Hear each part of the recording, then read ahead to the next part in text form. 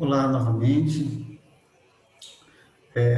Agora vamos dar continuidade, na verdade encerrar aqui essa primeira parte da revisão e vamos dar uma conversada sobre o sistema nervoso e órgãos sensoriais das aves, tá? Existem algumas diferenças importantes que a gente precisa entender, né? E muitas delas foram incorporadas pela nomenclatura anatômica do sistema nervoso central das aves, tá? Antigamente, até pouco tempo atrás, a gente tinha uma visão clássica que era mais parecida com o que nós temos em mamíferos. Tá? Aqui a gente tem o encéfalo de ave e aqui é de mamífero. E essa distribuição, principalmente dos hemisférios aqui, era separada em algumas regiões chamadas de hipestriato, meiostriato, arcostriato. Tá? Na visão moderna, né, quando isso aqui sofreu uma modificação, uma atualização, na verdade, essa parte do telencéfalo, né, é agora chamada de hiperpáleo, mesopáleo, midopáleo, arcopáleo, e essa parte embaixo aqui é chamada de estriato, tá, gente? Isso aqui são detalhes, eu não espero que vocês decorem esses nomes, mas é só para mostrar que houve modificações na nomenclatura neuroanatômica das aves, tá? E existe uma diferença primordial aqui, quando a gente está falando da morfologia do encéfalo da ave e do encéfalo de um mamífero, tá? Acho que aqui vocês conseguem perceber isso melhor. Aqui a gente tem um encéfalo de uma ave, de um passarinho, e aqui é de um humano, né? Então a gente tem uma diferença básica aqui entre esses dois encéfalos, do ponto de vista morfológico. O encéfalo das aves, eles não têm nem sulcos, nem giros, né? Então a gente aqui tem os sulcos e giros no encéfalo humano, nas aves a gente não tem. Então nas aves a gente tem uma lisencefalia, tá? A gente tem uma lisencefalia natural. Isso é completamente normal nas aves. Vou escrever aqui. Lisencefalia. E claro, como vocês sabem, a lisencefalia ela pode ser patológica. A grande maioria das vezes é patológica. Né? Se a gente falar de mamíferos. Existem, claro, alguns grupos de mamíferos, né, como alguns roedores, que também são lisencefálicos, que nem as aves. Mas a grande maioria dos mamíferos são girencefálicos, ou seja, eles têm sulcos e giros nos encéfalos, tá? Então, é fácil distinguir morfologicamente o encéfalo de uma ave e de um mamífero, porque a da ave não vai ter sulcos e giros. E vai ser uma característica normal delas, a lisencefalia.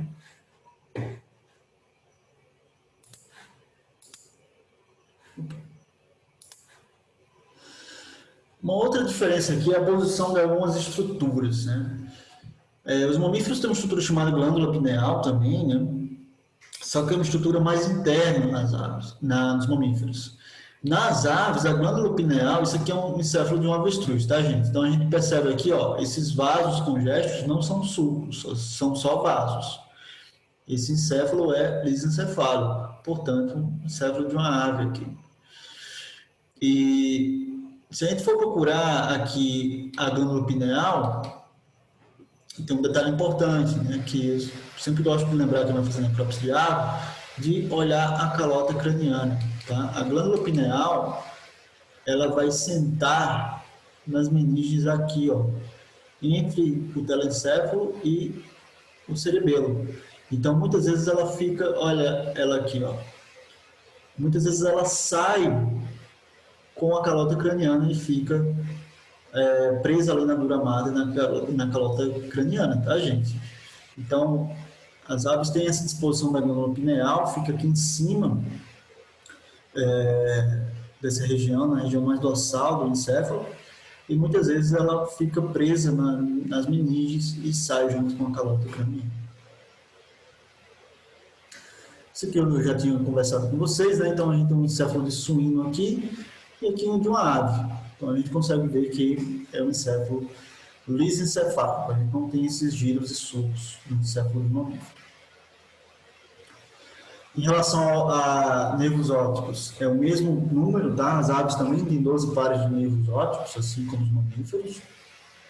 São os mesmos nervos. E a gente vai ter vários outros nervos aí distribuídos pela ave, né? Em alguns lugares eu já mostrei essa região aqui de crista, né? Eu tinha mostrado que tanto vascularizado, em vasos sanguíneos aqui em cima, como também ela é inervada. Então dói cortar a crista de uma ave? Dói bastante, tá? É uma região que tem inervação, assim como essa região de bico aqui também tem inervação. E a gente vai ter vários ramos de nervos por todo o corpo da ave, e alguns deles vão ser importantes para o diagnóstico de doenças, né? A gente vai ter aqui um tronco do nervo braquial, né? Que é bem importante para algumas doenças neurológicas das aves, de sistema nervoso periférico, tá? E provavelmente o nervo mais famoso aqui, quem precisa conhecer, o nervo periférico, quem precisa conhecer, vai ser o nervo esquiático, que eu acho que tem está bem aqui, ó, que é esse bem calibroso. O nervo esquiático, né, ou ciático, ele tem uma importância muito grande no diagnóstico de uma doença que a gente vai ver mais na frente, que é a doença de Marek, tá? Então, o nervo ciático é o local de eleição para o diagnóstico histopatológico dessa doença. Quando a gente faz a necrópsia, o encéfalo da ave, eu gosto de coletar ele em 4 regiões distintas, esses cortes transversais aqui, e um corte longitudinal, que vai pegar a parte do cerebelo e tronco encefálico. Então, geralmente eu faço isso aí para todas as aves que eu necropsio. A distribuição da medula espinhal é semelhante ao que tem em mamíferos, só que tem uma particularidade na região lombosacral da medula espinhal, que é o que a gente chama de corpo de glicogênio, que é essa região aqui, tem uma região gelatinosa. Se a gente faz um corte transversal, a gente vê que aqui, ó, aqui é a medula espinhal, tá? E sentando em cima da medula espinhal, a gente tem essa estrutura gelatinosa, que é o corpo de glicogênio, que não se sabe ao certo qual que é a função disso ainda, tá? Mas é uma particularidade que a gente precisa entender nas aves para não estar confundindo isso com algum tumor ou alguma massa. Beleza, então, sistema nervoso, basicamente isso. Falando um pouco sobre órgãos sensoriais. A gente já conversou sobre isso aqui no momento, né? As aves, elas têm ouvidos, tá? Só que elas têm um ouvido interno, não tem um ouvido externo, tá? Que é recoberto aqui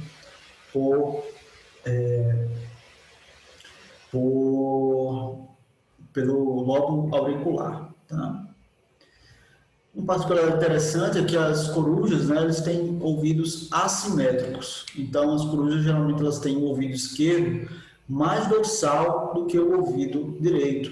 Isso permite a elas um campo de audição maior, né? Então, elas vão conseguir escutar em linhas diferentes e isso vai permitir que elas tenham uma melhor audição. Isso aqui, gente, era só falando um pouco ainda de sistema nervoso central.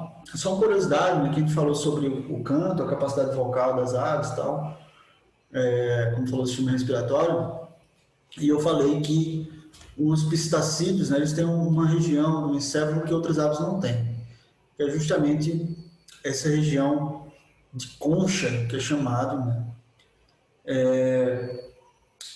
onde eles têm um núcleo dentro dessa região de concha. Essa região de concha só existe nos pistacídeos, nos passeriformes e nos beija-flores, mas os pistacídeos têm uma outra estrutura que é essa região de núcleo. E essa região de núcleo, acredito que ela tem ligação direta com a capacidade de vocalização e de aprendizado vocal dos pistacídeos, tá? Então, para quem tiver mais interesse, dá uma procurada nesse artigo que fala sobre esses sistemas de vocalização dos pistacídeos. Por último, gente, a gente tem os olhos das aves, tem também algumas particularidades interessantes, dentre elas a presença de uma membrana nictante, tá? Então as aves têm essa terceira pálpebra aqui, que serve para lubrificar e proteger a ave, principalmente as aves que voam, proteger do vento, tá? E uma outra estrutura também que permite que as aves tenham olhos bem fixos são os ossículos. Então essas aves elas têm uma presença de ossículos, que na verdade às vezes pode ser só uma cartilagem, mas em algumas você encontra tecido ósseo mesmo, que permitem esses olhos ficarem mais rígidos, principalmente durante o voo. Algumas aves têm esses ossículos muito desenvolvidos, né? Então, a gente consegue ver nessa vista aqui, né? Que esses ossículos esclerais, eles têm quase um formato de cone, né?